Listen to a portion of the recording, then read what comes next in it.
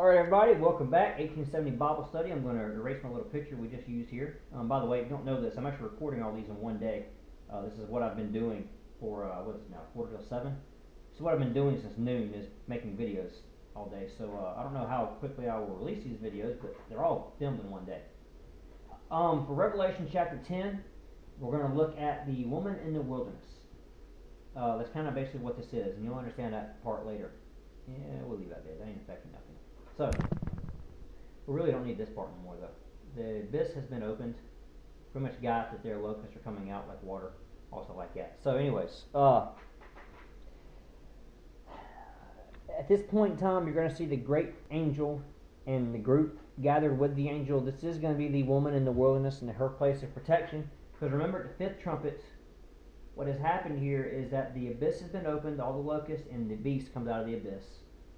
At some point during this time, remember you have this group sealed by God. And I said this group sealed by God, most people say it's 144,000. I do not say that. I say the group is the woman. Because in Revelation chapter 12, well, we haven't gotten there yet, but when we get to Revelation chapter 12, I believe when you go back and watch this video again, it will make more sense here. So, Revelation chapter 10.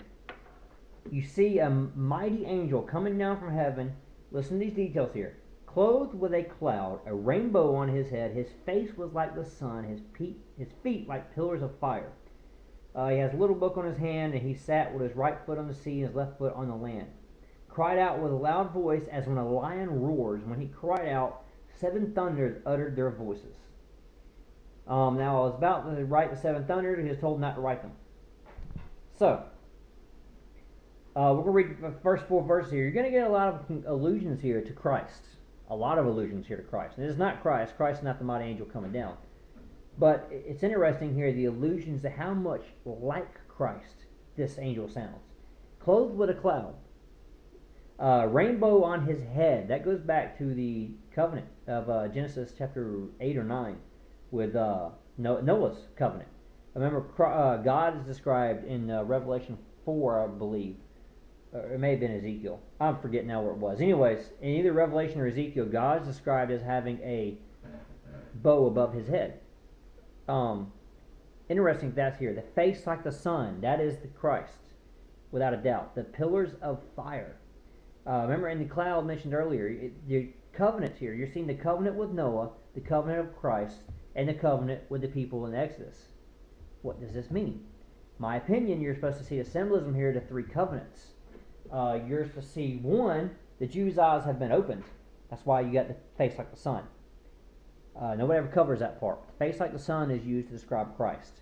That is the transformation. This is not Christ himself, but because this is like Christ, we'll explain this part later. Feet like pillars of fire. You remember the 2 pillars that went out with the Exodus events? They had a pillar of smoke and a pillar of fire. That's what he's alluding to here. So all the promises have come together. The Mosaic law, the promises to Moses and the people of Israel at the time of Exodus, the promise made by Christ at Transfiguration, and the promise made to Noah. They've all come together, and they've all been called to a place of protection here. This is, in my opinion, the 1/3 of the remnant of Abraham's seed. Some people believe this also will include the church during the Great Tribulation. The church is protected during tribulation. We don't know exactly how. People have come up with different ideas. The most common one, of course, is the R word that I don't use, not necessarily because it's a bad teaching, but it's rooted from bad teaching, even though it actually, in the end, may be partially true.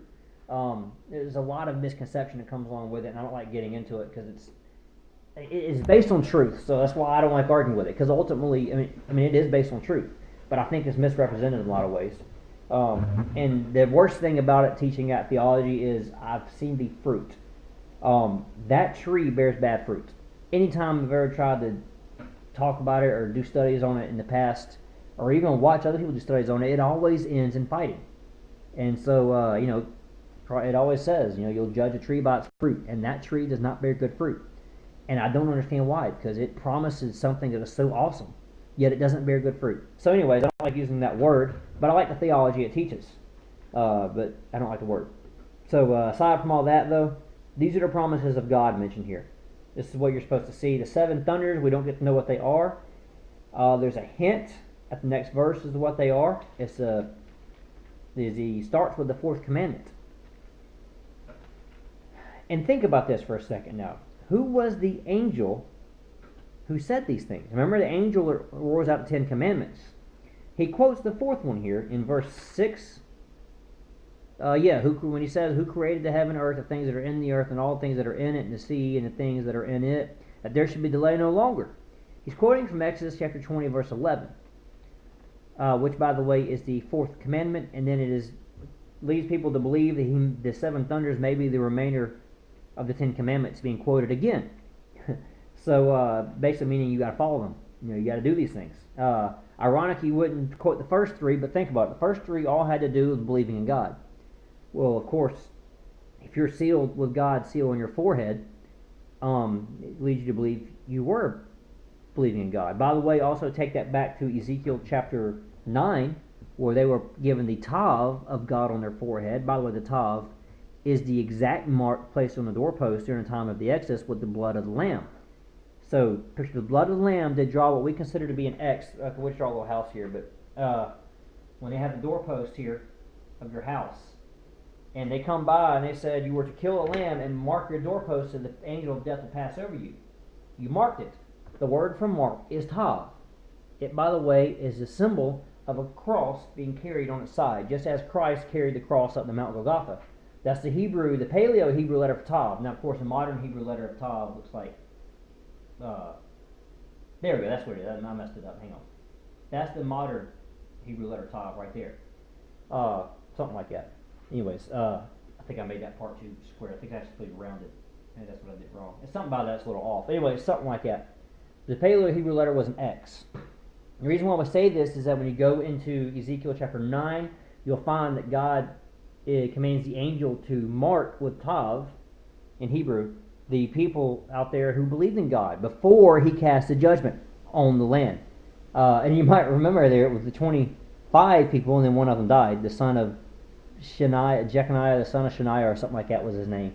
So you really get parallels here. If you don't understand Ezekiel 8 and 9, you are never going to get Revelation 10. If you don't understand Ezekiel with the parable of the 30 parts of his beard, you're not going to get Revelation 10. That was Ezekiel 4, if I'm not mistaken, maybe 5. If you don't understand Zechariah, where he promised to preserve a third of Abraham's seed, you're not going to get Revelation 10. If you don't understand Daniel chapter 12, you're not going to get Revelation chapter 10. Now, I can go ahead and sum it. You got to get Revelation 12 to understand Revelation 10 also. But sum all this up.